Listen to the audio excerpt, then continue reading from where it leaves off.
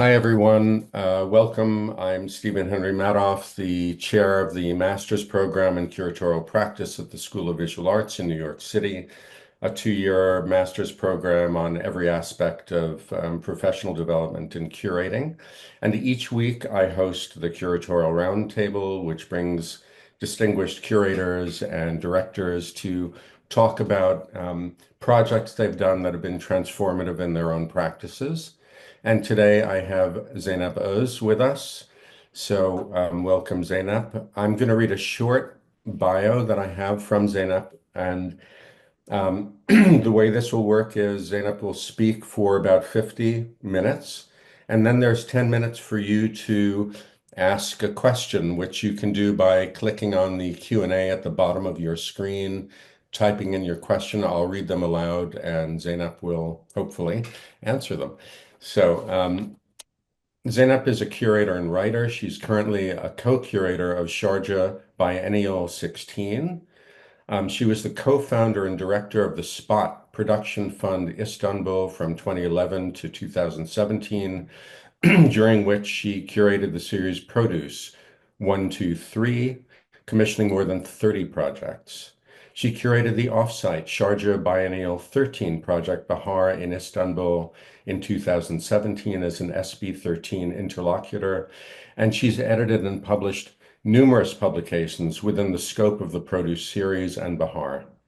Other curatorial projects include Abu Farid's War, TBA 21, with Ashghal Alwan on stage 2021, the Baka exhibition of Marwan Rashmawi's work, Bonnefontaine Museum, Maastricht, which traveled to Sharjah Art Foundation, both 2019, the Turkish Pavilion at the 58th Venice Biennale in 2019, the Aichi Triennale 3, 2016, and Greatest Common Factor at SALT, Istanbul in 2016. Zeynep taught at Bosphorus University, Istanbul from 2015 to 2020, and she served on the curricular and selection committees of the home workspace program Ashghal Alwan. And so with that, Zeynep, welcome. The floor is yours. Thank you so much, Stephen, for that lovely introduction, but also just having me. Thank you for the introduction. Thank you for the invitation, and thanks for it's been amazing getting to know you. And hello to everyone who's around here. I've never done one of these things where I don't see the people, so go with me, and I'm sure we'll talk at the end. Um, I'm gonna get started here. Stephen asked me to talk a little bit about how I started curating, and I'm gonna start off with that, how I ended up being a curator, and then I'll go over two bodies of work, I guess, and one of them, it's gonna be the first part of Stephen's introduction. One of them is the Produce series, which I did in Istanbul. And then I will talk a little bit about the the project that I did as part of the Sharjah Biennial that is ongoing right now. So I'll talk to that and try to sort of like wrap and try to get across how I iterated from one project to another. So to give a little bit of a background, I actually ended up I grew up in Istanbul. This is where I am right now. I did go to come to the U.S. When I was 17 for college, and I spent around 10 years there. And then the last two, which were actually for a curatorial studies program, it was at Bard at CCS. And then when I finished up CCS, it had been a long time. I really wanted to go back to Istanbul, but I did a pit stop, and I ended up spending a little bit of time in Beirut. Stephen talked about the Ashghal one. I don't know how many of you know about the Homeworks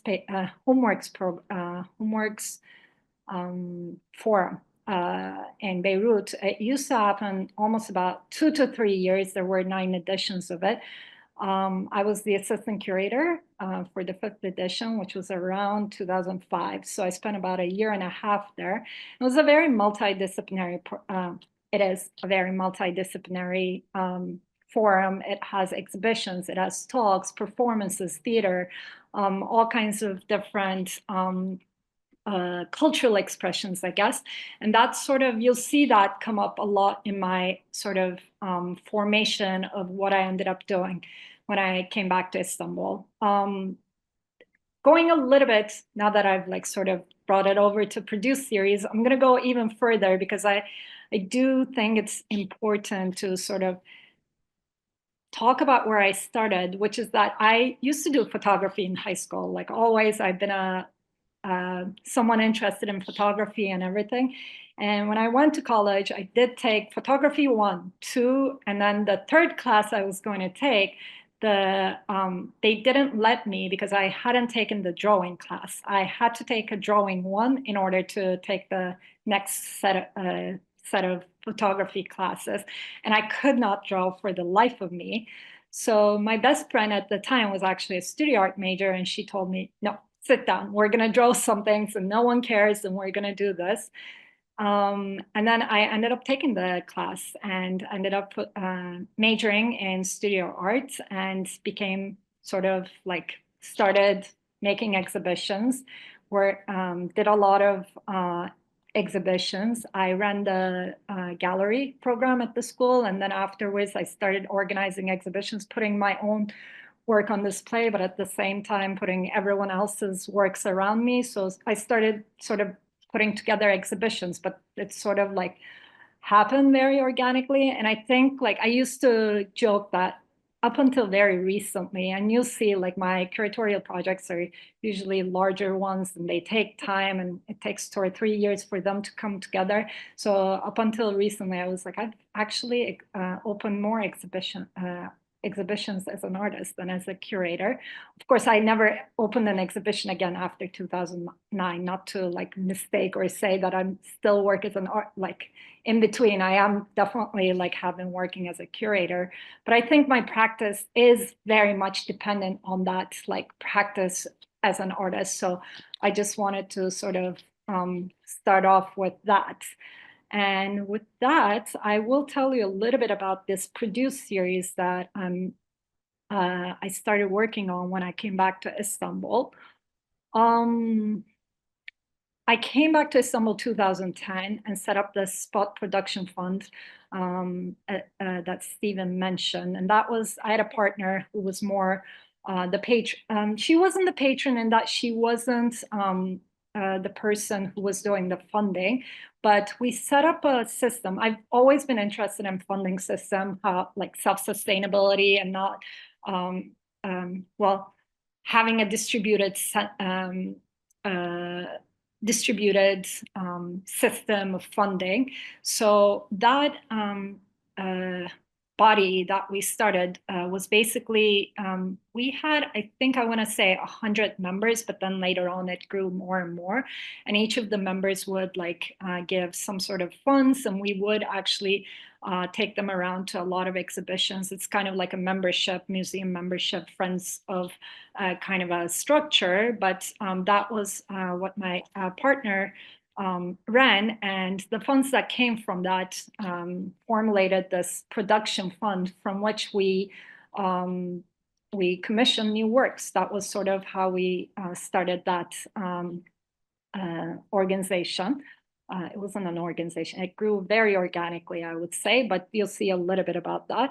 And I think this commissioning thing for me, like I was the one curating it, and it started out with one commission, but that idea of the commission for me was a little bit the idea of producing, like going back to that studio and place where production happens. I think I was thinking of like having a studio environment where you're co-producing with people, and sort of you go to the next, when you have a studio and you go to the next studio next door and you talk with them, and it takes about a year for ideas to trickle down and for some sort of production to happen, a new work to come up. And I think that's sort of like what I had in mind when we started the production fund, and then which turned into Produce series, which is basically us putting on our commissions from those 2 years together at the end of those 2 years. So I'll this is the first produced, basically. I'm not going to go deeply into works, because if we do, we're never going to get finished in time. But this is kind of like an interesting one, because this one was actually a performance that was sort of about this was in 2012, that you can see over there. 2012 is before the Gezi protests, for those who know what the Gezi protests are. And it was about the area that Gezi is in, that's the Taksim Square, and what it means to have a public space and what it means to sort of engage with the public. So this right there is sort of some of these. Işıl Erikavuk was the artist that we worked with, and she produced these like scenarios in which there would be the pyramids. Of course, there's a political like background to all of this, why the pyramids and the Arab Spring had just happened, but then also like Turkey was sort of having newly formed relationship with the Arab countries. So there's a lot of layers over there. But she found these imageries, and then it turned into a performance that was at SALT, which is one of the main venues, main museums, international museums in Istanbul, art organizations, I think they would call themselves, and it drew a huge crowd, and it was a big production. But one thing I realized then, we did an exhibition right after the performance also with some of these images in our office, literally at our office, like drew a curtain and everything. One thing I noticed from this commission setup was that it was about the venue, it was about the artists, and I'm really happy about this. But I was very it was a high production thing, and I think going forward, I wanted something that would be like smaller bits and pieces. And I think that I'm going to the next slide, which is basically in 2014 what we ended up showing after those 2 years. But thinking about Produce to the next edition, I started thinking I do want to create that feeling of the different studios. Again, I'm going back to this idea of the different cubicles, people going back and forth. I think I didn't have a theme to start off with, but I did like that environment of creating these intellectual pockets of commercing and thinking about what we're engaging with socially, intellectually, politically on the ground, and having a response to that. So that became the basis of how I started talking to the artists for the next edition. And for that one, we actually had 7 commissions in total. The thing that happened with the second one is I started taking from that what I referred to a little bit earlier with Aşk Alvan's multidisciplinarity, the homework, the Beirut platforms, multidisciplinarity sort of started coming to me. And I don't think I was ever like exhibition and like visual arts focused, but with this one, I started slowly thinking like, what can we do in terms of commissioning like across various mediums? So this one, yeah. Sorry, I just got we got a space in the middle of this is in a space called El Hamrahan, which is a space like in the busiest street. For those who've ever visited Istanbul, Istiklal Street, that goes off of Taksim Square. Like it's a really, really busy street, almost like it is the mainstream in a way. And there's a Han, and Han is this Ottoman architecture where like these rooms are very small, were usually taken by small businesses, like you would find an accountant or, like very small businesses. And Han would be like in Ottoman like architecture, like all these rooms were taken by small businesses. So I basically rented out 7 rooms in this Han, 7 small business places, and that's where we showed them. Something that was important to me at that stage, and you'll see that come up a lot, was to have one room, one project, one room, one artist, you can say it. I never of course, I've done other projects where like it's in a museum and you have to put different works together, but the idea of Produce, and I think sort of what I still do is this idea of like one project, one place. Not that there would be organically relationships between these works, but they're commissions. They should be able to occupy their own space and stand on their own with something. This is by a feminist collective, feminist online collective. They're still one of the like largest reach in Turkey. They do an online journal, and I asked them to do a publication, a small pocket publication, one of them. And then we turned that into an installation afterwards. This is another one of the rooms. I'm going to try and refrain from talking about each of the works, even though they're like, when you commission them, they become so dear to you. But for those who have questions, we can go back to them. This is another one of them. This is another artist duo. You'll see them come up later on. That was in yet another room that had to do with the fountains, like old historical fountains of Turkey. Again, like a lot to do with public spaces. And then I asked, like, this is actually Dilek is the artist here. I had actually worked with her at the I had curated a project from her at the Westfälischer Kunstverein in Münster right before this, and a year before this one, I think, or 2 years beforehand.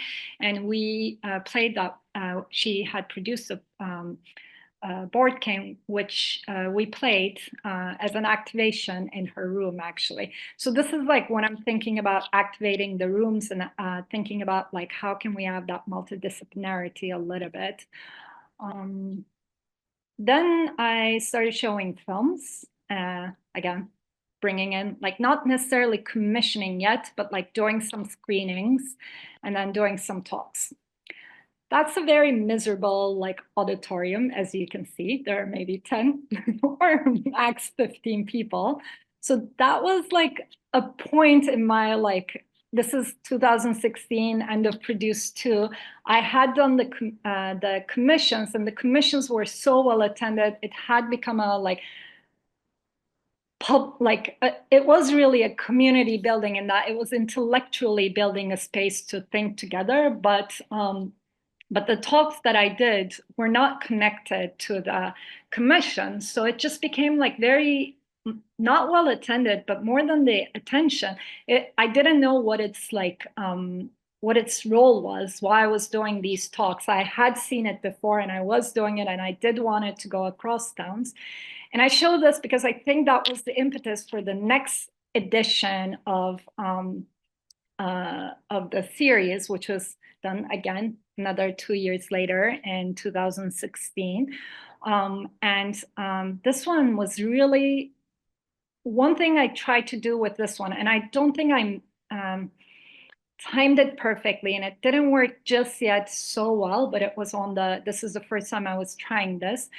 I thought of the talks and like some of the programming as kind of like, I don't know if this is the right word, but feeder, like almost like the raw material with which the material that would be like sort of shared amongst peers, intellectual peers I'm thinking about. And that would become the material that would lead to like the artistic production. And then, again, like when I say commissions, I'm thinking of longer horizon commissions in which people are thinking about it, and it's more of a conversation that is elongated, not just like providing the funds and saying, here, we did a long commission, like a large commission, but just sort of being, creating an environment that would sort of bring people together, bring up questions that were relevant, and sort of like really engaged in the need of the moment, what was important, what I thought was important sociopolitically. I shouldn't say we really, because I tried to like sort of get the, that's probably why the talks were so popular at that point, because I tried to get like the, everyone's like sort of response or feedback about what they thought would be good to talk about at that moment. So we had a long talks program to kick off things. The other thing with this edition that changed for me was that I started writing a blurb of sorts. I started, like, I think up until that moment, I was still in that studio mentality of like, okay, I didn't have a room to show a work myself, but it was really like talking at length and everything and showing all of these rooms to people. I think with Produce 3, something changed in me, and I sort of like started like initiating something. Of course, it was large enough to bring in a lot of different things, but this one, it's called, I brought the brochure here. It was called The Game Settled into a Cagey Midfield Match. That's a reference to like football, as in soccer football, and like the fans and how like football really means a lot of like, it's a socio-political act to go there and to be in the stadium and to participate, especially in that time frame, 2016, to be in the public and to create a public. What does that mean, and how people come together and form a body of resistance in a way, not resistance, but different solutions, different ways of thinking politically. So that was sort of like the beginning of that journey with a blurb and some talks.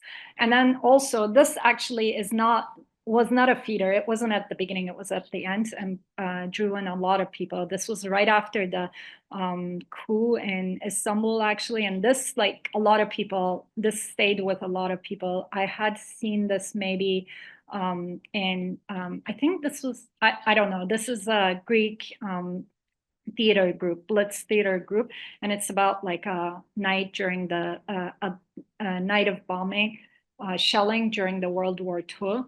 And it was a huge turnout. It was a very powerful theater, and it brought a lot of people together, and it was very, very emotional. So there were a lot of components of these like theater and talks and all of this material. But then, of course, the commissions, as always. I used the same spaces as the last time, but then also I started using a lot of other spaces in the city. So I started sprawling a little bit. This is one space.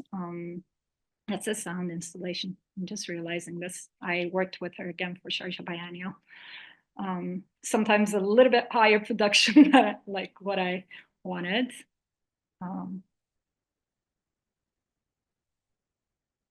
This was actually quite interesting. This is Eda Gecikmez, and this is actually, she did do a lot of, all of these papers that you're seeing here is a front page of one newspaper one day.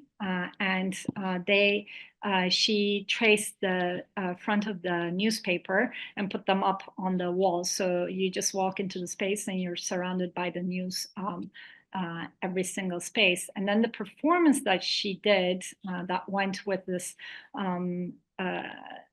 visual work, I guess this was a commissioned performance, is she had a bunch of her friends all sit down and read the newspapers, the news, and they're each reading one different like political leaning. One of them is left-leaning, moderate, and then right-leaning newspapers, and they're looking at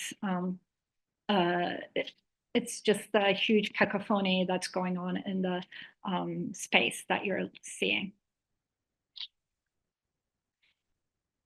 We commissioned some performances, as I said. This is one that is about a gay hippie that is going through Istanbul in the 70s and on his way in the Silk Road, and his story of being attacked actually in the middle of the old city in Istanbul. So honored this performance. That was very powerful again. In another location. Then we started commissioning curatorial projects actually. So this is actually, I took over this building, and there are two floors that are curated over here. So this one is actually Özkan Cangüven. He was I think the assistant director for Istanbul Biennial at the time, and he in spirit of the commissioning idea of Produce, he commissioned the painter that he was working with to do an exhibition. So he took over the whole floor. And then this is actually a project that is commissioned by my co-curator from Aichi that year. She's from Sao Paulo, Daniela. So that's another one. And she actually had Ricardo Castro come over as a performance, and that was really great. And was a show stopper. And that this one over here is actually, I did get some, this is the Cinema Society Fall, and I asked them to curate a program, like a film program also, so just letting them take over it.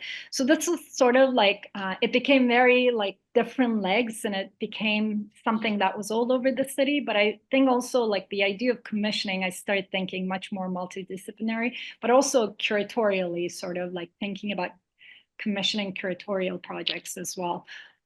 So that's Produce series. And then I'm going to go over to Yale's the Sharjah Biennial. And I hope you're able to sort of like see the connections and what sort of like that this was my training, my school in a way. And I think it just sort of this like 2-year program started coming up in other ways. Before I go on, I'm going to talk about just, I don't have the space to like the time to talk extensively about this process. I always say like the project that I just did for Sharjah Biennial 16 is the 5th edition of Produce. This would be the 4th, which is again another Sharjah Biennial one. I'm not going to go into it, but I just wanted to touch upon one thing that you will see in what I did with this past project called Yas. This one I took over just one building, and I abandoned that like Han that I was talking about. This is a mention right across from Hagia Sophia, and I sort of took over again, like has many rooms in it, and we sort of like went into it and made it it's almost, I was just talking about it last week in the Sharjah Biennial, we had March meeting, and I think it's kind of almost making it into a home, like just taking over each room and just growing into it. So these are a couple of the things, but this one for me kicked it off with like really taking over a building and using those rooms. And having only us be in that, occupying that place. So with that, I'm going to come to Sharjah Biennial 16, which I call Produce 5, as you saw. This is, I am going to start with talking a little bit about the Sharjah Biennial, because I think it's good for giving context. I'm one of the 5 curators of the Sharjah Biennial 16, along with Amal Halaf, Alia Swastika, Natasha Jimwala, and Megan Canal Tamati. So we, from the beginning, knew that we were going to be 5. And from the very beginning, also decided that we were going to do 5 different projects. There are different reasons, but logistically, we weren't like to be living there all together. And Megan lives in New Zealand, and I live partially in New York. For the last 5 years, I've spent most of my time in New York. So between when I'm in New York and she's in New Zealand, there's literally no overlapping, intersecting time frame. So we couldn't even get on a call together. So we all did our own projects. Afterwards, we had different ways in which, because we individuated so early, there are crossovers and there are places where we work together, but we did all do our individual projects. Last year during the Venice Biennial was the first time all five of us were supposed to present together. I couldn't go because at the time I didn't have a Schengen visa, but the 4 of them did do a presentation, and they came up with a series of there you go. That question right over there, which sort of became the basis for the title of the Sharjah Biennial 16. What does it entail to carry a home, ancestors, and political formations with you? All 5 of us felt like this question was long enough, but powerful, like broad enough, but powerful enough to sort of encapsulate all of our different projects together. So that's the story of Carrie, which is the title for Sharjah Biennial 16. And then I'm going to tell you a little bit about YAS, the project that I did within Sharjah Biennial 16. So Yaz in Turkish means two things. I see. I think I'm gonna start with like the fact that we just opened like February 6th. So I've been giving this talk quite a few times at this point. It's very, very recent. The biennial is going to go until June 15th when we finish. And back to the title, Yaz for my project. Yaz is a word in Turkish that has a double meaning. One of them is summer, and then the second one means to write. I'm going to talk to the summer one first, and then I'm going to go to the to write one. The summer thing, I did this blurbing thing that I was just saying about, coming up with a blurb and distributing it to the people that I am going to be in conversation with. And the blurb I started with is right there, and it's so small font because you're not supposed to read it, literally. I don't want you to read it, but just the idea of it, like very broadly, is like thinking about these moments of what I think I call them accelerated technological change, moments of accelerated technological change. Historically, thinking about it, in these moments, there's a lot of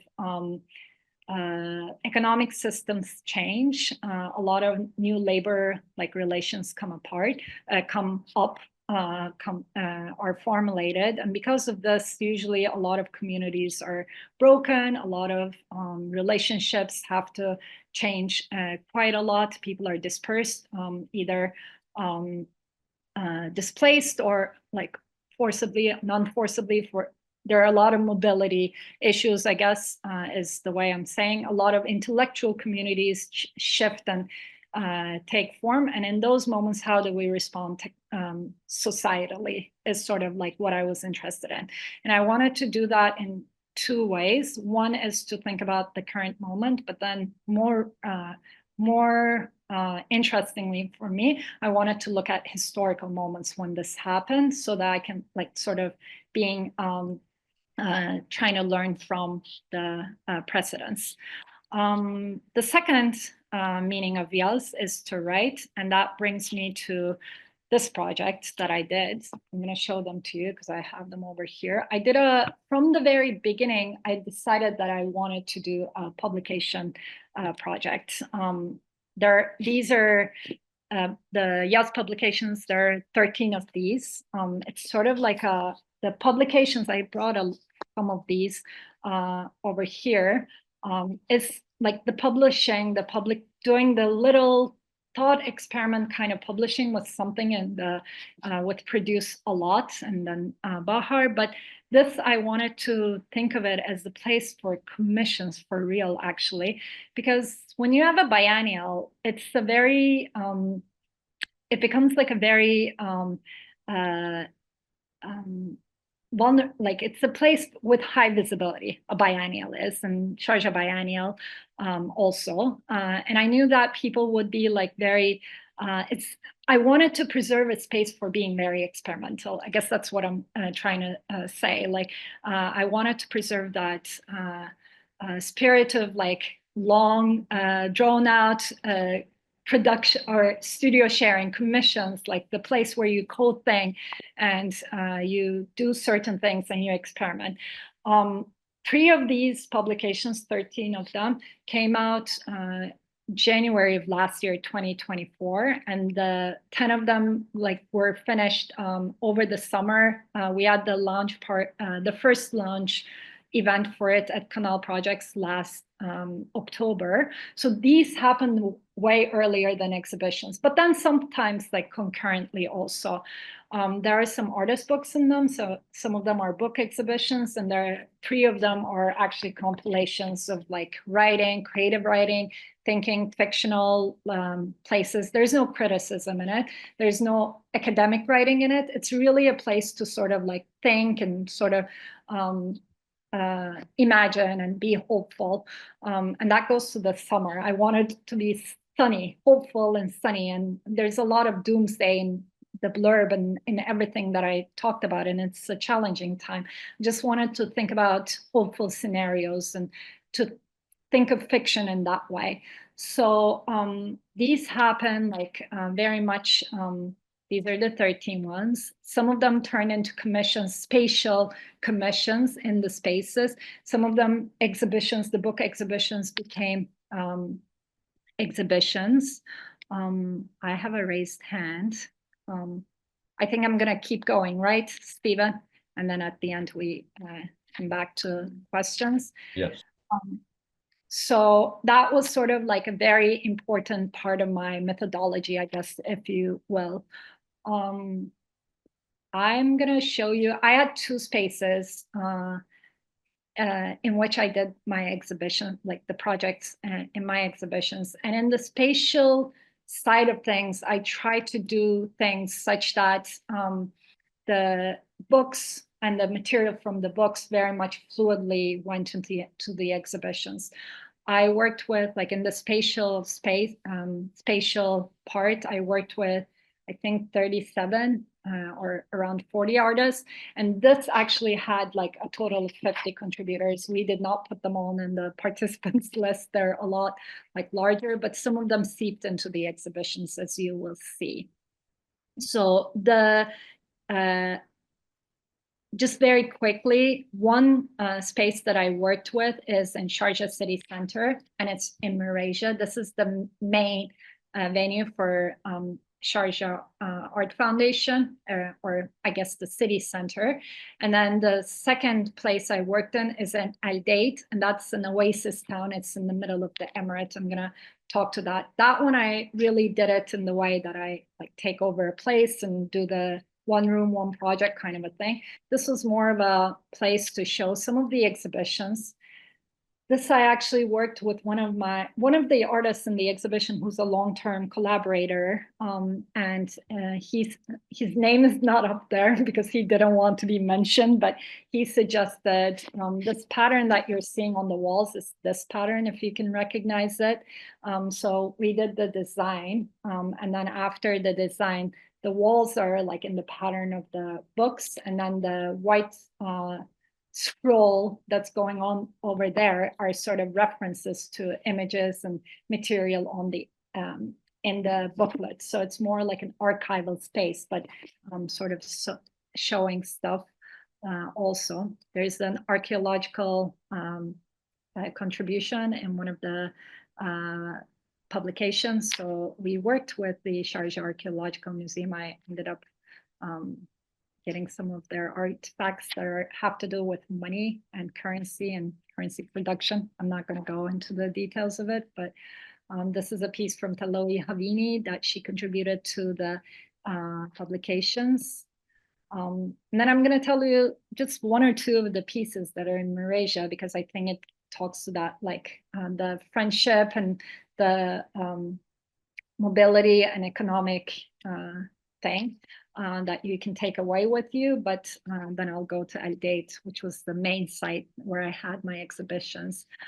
This is Claudia Martinez Garay. And this piece that you're seeing here is what sort of opens up the exhibition. This is a llama that is sort of like carrying all of its belongings with them. I mean, there's toilet paper in there, cacao, everything that they own. And they're sort of like in this mode of like gravity defying moment where they're sort of being led from one place to another. They're leaving or whatever position that they're in. This is a piece from Rafat Matzoub, who is the longtime collaborator that I talked about. He is an architect / artist, and this is a piece that was commissioned from him in 2019 during the trash crisis in Beirut. He was commissioned and given a sum for his commission, like a budget for his commission. He took that budget, actually found 4 people that he wanted to work with, like tradesperson, someone who's a little bit of a jack of all trades, as he calls it, and an architect, and all of them, they go around and they rummage through the trash and pulled all the materials from the trash and built a sculpture. Right there on the screen, you see the making of this video, and what you see over there, that the title of the piece is there, comes from there. Everything in your life, love becomes easy. It's about the process of like finding resources during like an economy of scarcity.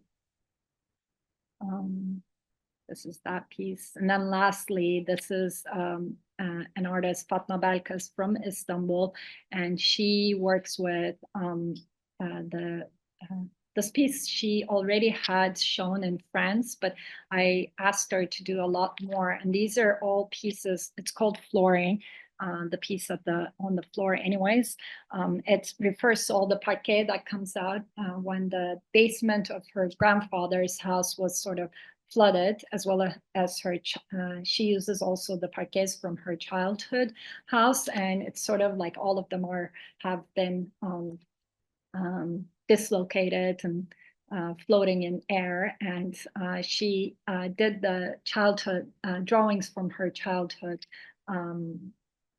diaries actually onto these parquets. So it's actually, you see them all around the courtyards. One last thing about the Merasia space, the city center space, before I go to El Date, is this is the same mentality. One of the book exhibitions, there were 3 contributors here. We took half of the gallery and sort of like did a book cover entrance to the exhibition. This is something I did with a co-curator like from Istanbul, Merve. She's not one of my co-curators from the biennial. She's someone I did one of the booklets with. And we worked with these 3 very young artists over about a year and a half to do these works. This is very much in the spirit of produce produce the book first and then translated that spatially into an exhibition. So that was Merasia. Now coming to El Date and the final part of my presentation. This is sort of the part where I sort of will say that I'll tell you a little bit about El Date. El Date is a town in the middle of the Emirate of Sharjah. So it's not on the coast, it's in the middle. So it's a desert town, but it's also an oasis town. Oasis means that it is a place where there's water. And historically, it's been the place where there's been farming and experimental agriculture. So it's known for this technology.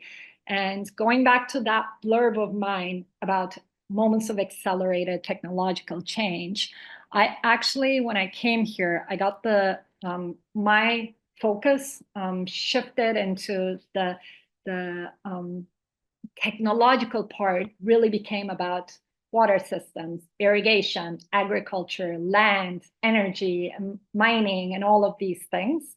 I'll say that in terms of how the space shaped me, but then in a very, again, like working with the building kind of way, it was one of the most amazing things to have access to Sharjah SAF does have an amazing production team, and we work together to sort of like really bring together the space and to sort of, I've never worked in such large space. So trying to think about the different components of that and trying to fix them together.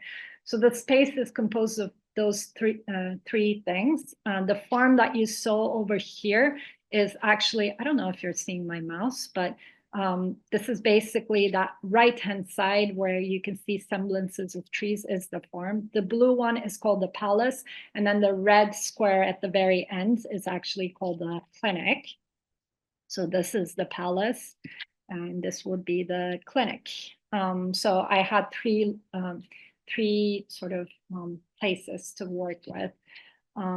This is the clinic. These are photos that are taken in August of 24, before we had, at this point, really thought about the renovation and doing everything, but we had not started it.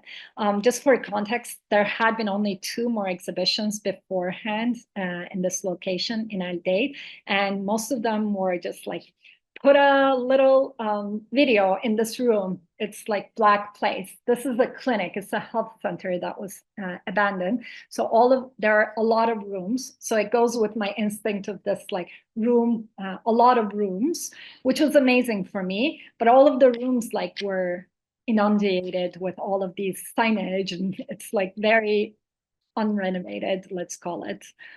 So these are medical waste room and birthing room and all that. So I'm just gonna say one word about the entrance of the clinic. The one work I had over here is a really dear work to me. I can't go into all of the details of it, but this is a work by Andrea Torreblanca, is a friend of mine from CCS actually. She at that time used to be the director of Insight, which is by US and Mexico based institution. She had been the director of curatorial programs there and had worked with Pastizal Zamudio at the time. And this, Pastizal had grown up in a health clinic in a building that Andrea had done research about. So Andrea wrote one of the texts in one of these compilations about her project, and the health clinic in Mexicali is the town that this building was in. And then afterwards, Andrea and I together commissioned Pastizal to do the entrance of the clinic work over here. This is the only signage I did not take down. Other than that, all of the clinic signage is gone. I asked them to remove everything, but I kept the preventive medicine center because it really went with the idea of the work, and the work was very much commissioned in line with the for the work. These are some stills from the work. And this is Pastizal created a little area, a little looking glass nook where Andrea's text was turned into a slideshow actually. So people could watch the slideshow over there as well. This I pretty much told you about. The space really directed me to work, especially within the rooms in the clinic, the idea of agriculture, irrigation, waterways, land, energy. I'm going to show you a couple of the works about the couple of the works in the clinic, but this one I think is Dorentina Castrati. This work is really one in which I asked her to, and she responded really well to the clinic. Her work, she's from Kosovo, and her work has to do with labor systems and labor stories. When she came to Sharjah to look for inspiration, these trucks are everywhere in the UAE. You see them, they carry all the goods, but also the workers everywhere across the Emirate. And this is how all the infrastructure is built. So Dorentina sort of took after these and used these as the metal sheets in the clinic to direct people. Because one of the things I struggled with the clinic starting off was that it was very hard to navigate. There were 2 rows and you didn't know which door to go into. And I really love that idea of room by room, but I wanted a little bit more of a direction in terms of I wanted to be a little bit more generous with the viewer in terms of what they would be navigating. So these are those pieces. Then I'm going to show a couple of pieces from the rooms. I can't go into all of them, but this is Luana Vitra, who's from Brazil, from the state called Minas Gerais, which literally translates as general mines. So her work has a lot to do with mining and the materials. This is a work right after Luana's, another room right after hers is Ayman Zadani. This is a Saudi artist. And this work actually is not a commission. Luana's was a commission. This work is one in which an old fossil, mushroom fossil, which are not found a lot. There's one in Saudi and in USA, actually. And the fossil talks and narrates the story of oil, actually. So this is that one. I use again, like these publications came in. I didn't want to put them as an exhibition, but I made those scrolls are coming up over and over again. This is one in which it's from the publications Off the Grids, in which like there's a, what do you call it? Like a room where a community squats the whole building, and they do self-sustainable energy by turning on the bikes. So the book is about that, and we had one of the diagrams and one of the booklets right after the oil and right before we go into the solar panels of Jimena, but Jimena's work is not in here. I'm gonna skip that. This is one of my co-curators from the biennial, Natasha Jingala. She did one of the booklets she wanted to, and we turned that into an exhibition. It's about access to water, waterways. Again, this is the room right next to Natasha's, in which Nadia Christidi, who actually just finished her PhD in MIT about water systems, water management, water technologies. And this one is specifically about cloud seeding and cloud seeding in the UAE, which is kind of a controversial technology. I'm skipping a lot of them, but just to give you a breadth of that, this is Akira. These are like super big paintings. This is Akira Ikozoe, and this is also commissioned as well as an animation where he did these systems of different nuclear accidents. This is from the Chernobyl. There's a 3 Mile Island in Fukushima. Right outside in between two rooms, there's one, again, like what I call the scroll or the yes structure, in which one of the texts I commissioned is from Sophia Tintori. She is a biologist. Actually, she's a biologist at Fordham now, but I had met her when she was doing her PhD, and her work is cancer research. She went to Chernobyl and collected worms for her lab work because she works with radiation. So I asked her to write a text about her, not like about Chernobyl, of course, her time over there. And I showed some of the videos from her lab, not the ones that are like the doomsday nuclear landscape kind of a thing, but I really wanted the lab images in the exhibitions. That's why there's more, but I'm gonna skip over that. The palace, I'm gonna show like only three works, just so that you have an idea of what it is. The palace is, like I said, it's where, I don't know, did I say this? The palace is where the UAE, the sheikhs of the different emirates of the UAE, anecdotally had a lot of talks when the country was being founded. So that's why it's called the palace. So in keeping with that, I wanted to put works in here where it's really about like nationhood and the formation of a national identity and the place of technology within that. Without going too much into it, this is a work from Akram Zatari, which he's been working for a long time about the archaeological excavations from now Lebanon, back in the day, for excavation to be brought into the Ottoman Imperial Museum, which is based in Istanbul. And then, of course, you've seen these actually in Produce too. This is a couple, an artist couple that works about the same guy who did the excavation. And this is the ship of the Archaeological Museum that is bringing the piece that you're seeing outside the palace. Akram's work is being brought in this ship. So their work is more about the figure of this intellectual who's founding the archaeological museums, whereas Akram's work is more about the archaeology itself. And then the palace has a pool outside. So this is Mahmoud Khalid from Cairo, actually.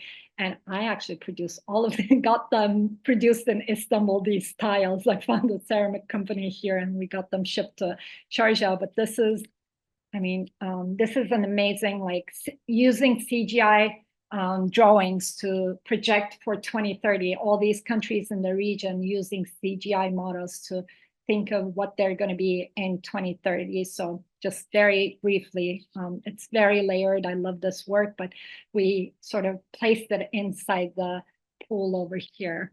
And I'm 1.5 minutes above, but I'm just going to say one sentence about the farm project I did. And that's all I need. I struggle with the farm a lot. It's so big and you can see it, like it's such a place of almost like, it looks very much like it's life has seeds, basically. So I actually asked 6 sound artists to sort of like place themselves and do sound installations. I selected 12 texts from the publications that have to do with displacement and the presence and the lack of life and plants and water and all of these things. And I gave it to 6 sound artists, and they each did works around the farm. They each have their own like little things and to go into. A lot of them have to do with irrigation ways. A lot of them have to do with the water around the farm, but that's it. And this is sort of the brochure that you're seeing over there. And it gives you like a little walkthrough of what's going on over there. And with that, I'm only 2 minutes over, Stephen, so I'll stop there. Wonderful. Yeah. Thank you. Okay. So, yes. So there are a couple of, well, there's a very simple thing. Someone's asking for Instagram. Maybe you can put it in the chat. Sure. It's my name, my last name. Great. And I usually post very personal stuff, so okay. A very professional one, but feel free to. Then there's one question. Can you talk more about commissions and how it impacts your curation? Do you already have the works commissioned before curating, producing your exhibitions? I think the commissions are a way of like getting in touch with people and forming a community. I am just in the sense of the exhibition commission, which is what you're referring to, like by the way that the question is formulated. It's the very end result. Yes, it's at the end, like the commission, it's commission, and then we find it's usually in response to the space. I've already find the space. I used to find the spaces in consultation with the artists. Now I had the space and I went there with the artists that are commissioning.